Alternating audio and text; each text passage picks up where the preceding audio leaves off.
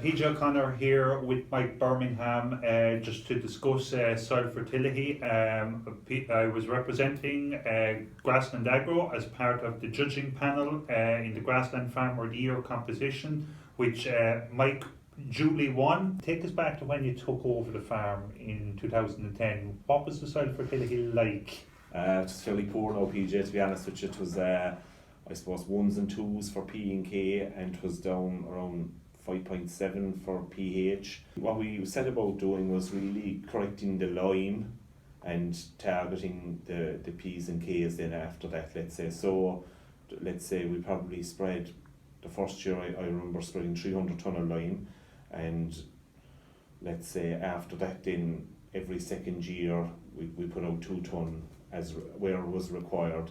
And while that was going on then we were targeting with the manure acid potash. Yeah. Because we were very low in K, to be honest. Okay. The P was probably high 2s, so a bit of 18,612 or 0730 kind of brought that. Okay. What we did notice throughout the years, let's say taking off the surplus bales, it dropped the K very fast. Yeah.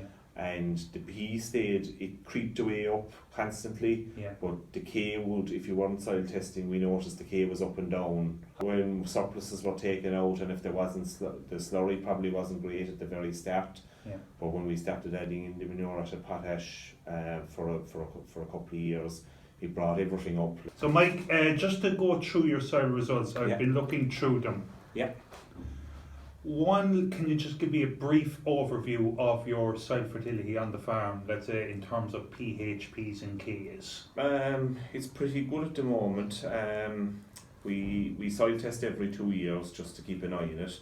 So anything that was low, let's say these are 18 results we have here now. So anything that was low in 18 with lime was corrected with 2 tonne of lime, and the P's are okay, and anything that was a bit low in index, even though we're at index 3, there was a few under 150, so we gave them a little top up last autumn as well with about 20 units of Okay. manure. And in terms of your fertiliser programme, what are you doing to keep it there in terms of the P levels and the K levels? I suppose all we're doing really is like in the spring now, anywhere we give, let's say most of the farm is getting, let's say 40% of the farm will get slurry in January.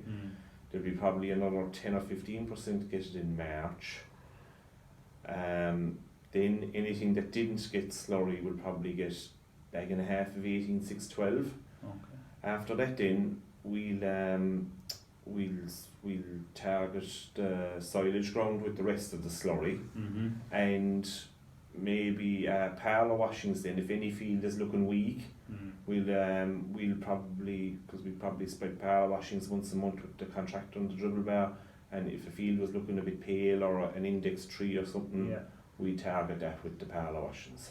In terms of the likes of protected ureas, are you implementing those technologies? Yeah, we started on the protected urea last year, and we found it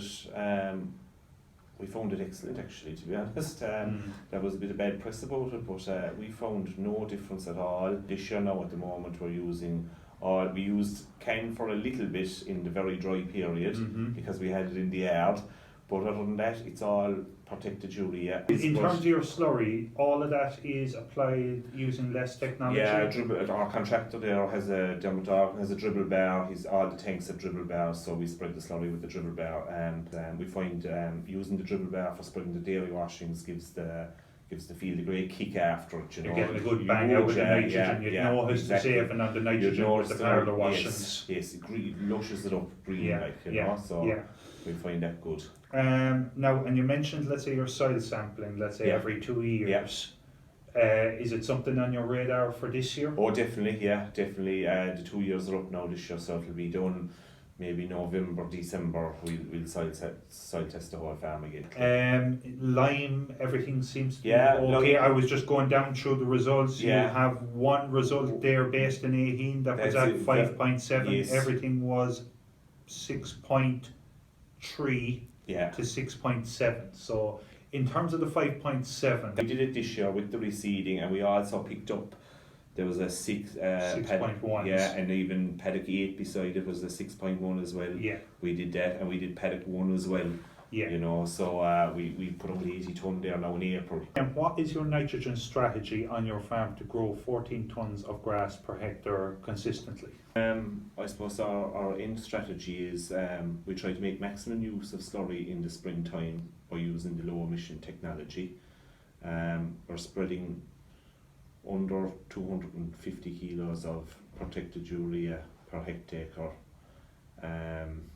We're tracking that on pasture base.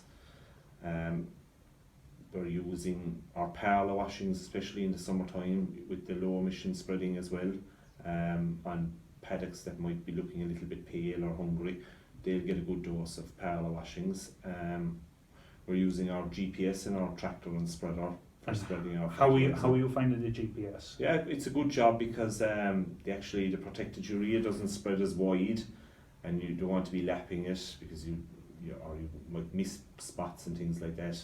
And the GPS is great for that job. It will keep you right, let's say. And in terms of clover on the farm, we haven't stitched in clover yet, but we will be doing it next year probably. But all the grass seeds down through the years have had clover included in them, and really now since this last year and this year we are using lessane in those fields. And sulphur on the farm? Yeah, sulphur is included in the protected urea all the time, to be honest. I know we're probably using a small bit more sulphur than required, but it's in the product and it just doesn't complicate the thing.